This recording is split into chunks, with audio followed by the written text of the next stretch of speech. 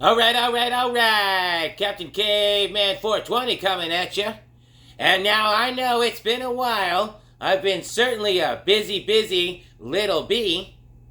But what perfect timing to jump back in regards to this. We're having this whole government funding conversation going on. We're right in the middle of this whole government funding conversation happening over there in the Capitol Hill of DC and all that. Now, if you guys haven't noticed, the top concerned subject is Ukraine funding. Now, I don't know about you guys, but I'm a little F Ukraine over here, and freaking shut it down if you have to. Little Gordon Ramsay kitchen nightmares up in here. Shut it down! Shut it down if you have to. I don't care. F Ukraine. $115 billion to what? What has our Ukrainian funding done besides blackmail and embezzlement? The $115 billion of our tax dollars, destruction and death all day, every day. I could show you guys destruction on Telegram. It's our weapons, France's weapons, Germany's weapons, Poland's weapons, destruction all day, every day. Russia's catchphrase, you send them, we nuke them. Second of all, what else are we funding besides the Zelensky regime closing down and arresting Orthodox Church ministers, Russian Orthodox ministers, rabbis, closing down churches? What else does the Zelensky regime do besides kidnap people on the street? If you haven't heard yet, yes, that's right. Their drafting tactics are kidnapping people on the street. It is a slaughterhouse over there. They do die at 700 a day. They're definitely running out. They are throwing out the elderly. They've already gone to the underage young males. Now they're using women. And mind you, let me tell you right now, if you try and hear something about women being like in the field hospitals as nurses, that's fucking nope. They're sending women to the front line, I guarantee you right now. They're sending women out to the meat grinder.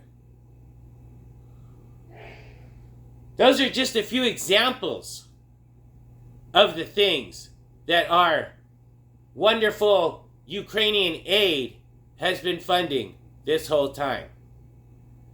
Now, we're going to have to bleed into a little compare and contrast in regards to also how Russia's doing in the middle of all this. How our economy's going and how Russia's economy's going. Because this Ukrainian funding does need to stop. Like I said, it's time to shut it down if need be.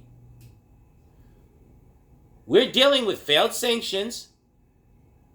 The sanctions this whole time, which have failed and boomeranged miserably. Russia had counterattacked the sanctions since day one. So their economy's doing just fine. Russia's military-industrial complex is doing just fine. At this moment in time, Russia is in production of 7 times more the amount of missiles and rockets than the NATO nations combined.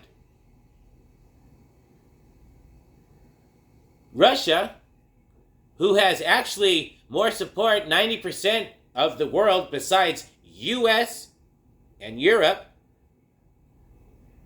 that's it, that condemn the SMO over there. Again, 90% of the world either supports or is just basically neutral in regards to the SMO. Most others know what's going on over there. The taking out of a certain, regime that we don't speak of anymore. Now, compare and contrast. The Saudis, in regards to oil, guess what? They're killing the petrodollar right now as we speak. They're killing the petrodollar. They're converting over and going to be trading oil in regards to the ruble. They're going to start, they're already begun trading oil in the ruble, which is, guess what? Another good thing for Russia's economy and not ours. Again, and BRICS, the Saudis are killing the petrodollar and jumping over to the ruble. And just so we're clear, the BRICS organization is over here growing and expanding while the G7 and G20 fizzles out and dies out like a shriveled up snail. The BRICS is gaining and expanding nations all around the world, and they are using the ruble as their dominant trade dollar.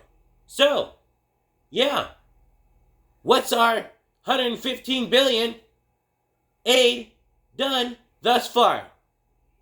Besides, even worse, our economy, and guess what? Russia is stabilizing their economy.